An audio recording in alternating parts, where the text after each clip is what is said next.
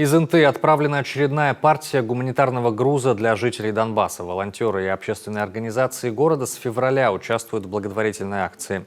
Ранее в Народной Республике передали десятки коробок с продуктами, средствами личной гигиены, книгами.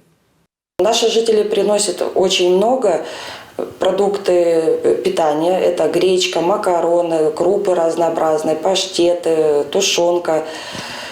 Что еще? Бытовая химия, так же как приносят, и зубная щетка, паста. Все это каждый принесет вроде как бы одну щетку, но если мы все вместе соберем, то получается очень хорошая помощь людям, которые сейчас находятся в трудной ситуации.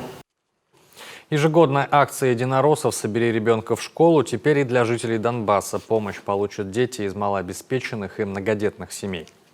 В преддверии нового учебного года запущена еще одна акция в рамках, опять же, всей большого мероприятия. Акция «Собери ребенка в школу». Мы прекрасно понимаем, насколько тяжело и трудно собрать в школу ребенка из обычной семьи. Да, это всегда и дорого, и накладно, и всегда как-то семья планирует свой бюджет для того, чтобы как-то ребенку обеспечить все необходимое для учебного года. Мы представляем, насколько сложно сейчас собрать ребенка на том же Донбассе. Да, то есть мы понимаем мы это учитываем. И, конечно, интинцы несут и канцелярию, и тетради, и карандаши, и ручки. Кто-то несет сменную обувь деткам, спортивные вещи для того, чтобы ребенок пошел в школу и был уверен, что у него все есть. Поэтому мы акцию продолжаем и приглашаем каждого жителя внести свою лепту.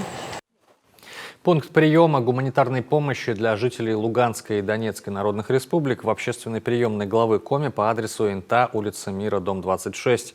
Груз отправляют в Сыктывкар, затем нуждающимся на Донбасс.